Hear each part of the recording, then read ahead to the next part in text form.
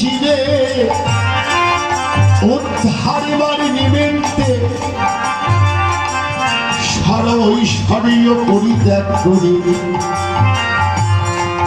এবার এই কলির জীবের ভাগ্যাকাশে ব্রজের অনারে বিদ চলে গেছিলাম করুণায় অবতীর্ণ কালো সবারই পায়ত বন্যাত জলরস সভক্তি শ্রিয়ম হরিপুরাট সুন্দর দুটি কদম্ব সন্দিগীত সদা হৃদয় স্কন্দরে স্ফুরতম শচিনন্দন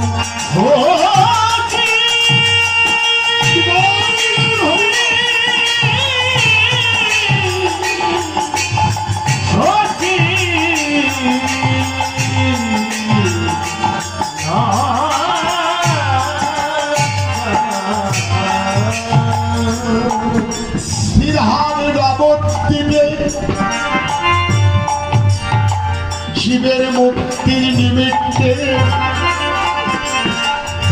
ব্রজের অনার্পিত প্রেম ধন নিয়ে এলেন।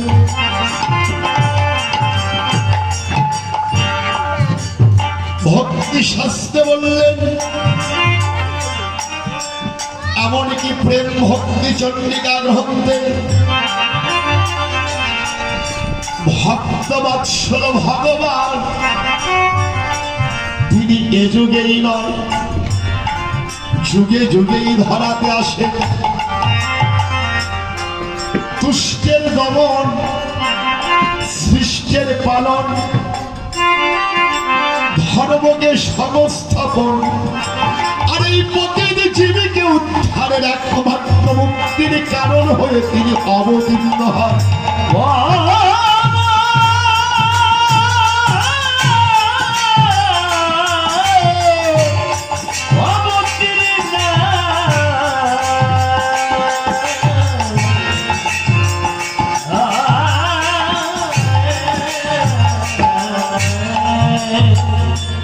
সনাতন ধর্মের চারটি যুগ সত্য ত্রেতা দ্বাপর এবং কলি। পূর্বে তিনটি যুগ চলে গেছে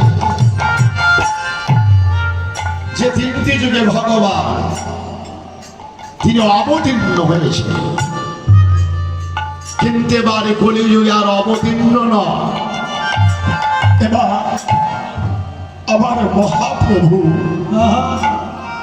তিনি অবতরী হলেন হরিনাম প্রেম দিয়ে প্রতিদিন উদ্ধার করবে বলে অবতরী।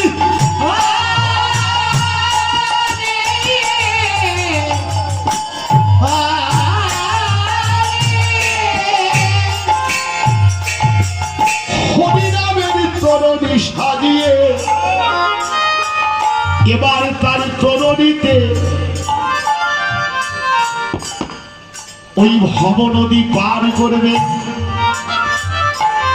সরৈশ্বর্য পরিত্যাগ করে আজ ভক্তবৎসল ভগবান ৫,৫০০ বছর পর তিনি গোলক বৃন্দাবন হতে ভুলোকে অবতরণ। বা সেই গৌরের লীলা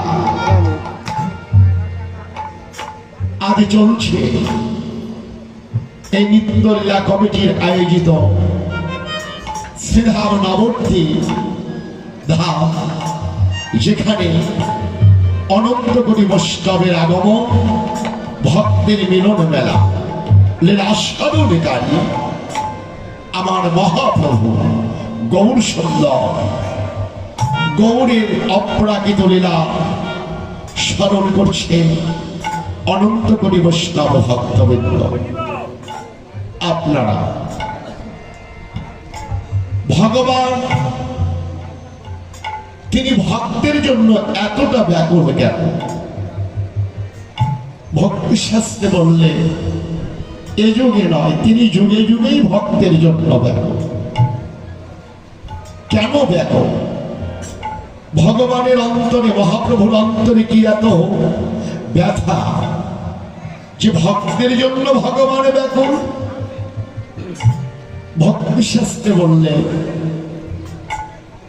যারা কামিনী কাঞ্চনের ভোগে বিলাস, আত্মেন্দ্রিয় প্রীতিবাংশার মোহে ডুবে,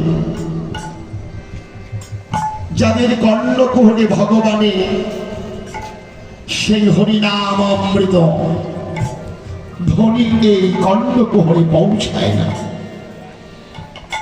দুটি কর্ণই যাদের বধির হয়ে গেছে, অন্তরে প্রেম নেই, ভক্তি নেই, সাধন নেই, যাদের অন্তরে ভগবত প্রীতি নেই, এবার আমার মহাপ্রভু অনন্ত অনন্ত কোটি জগতের কর্তা হয়ে গোলক বৃন্দাবন হতে ভুলোকে অবতরণ করেছে। অন্তরে সাপ জেগেছে, এবার পতিত ভক্তকে উদ্ধার করতেই হবে।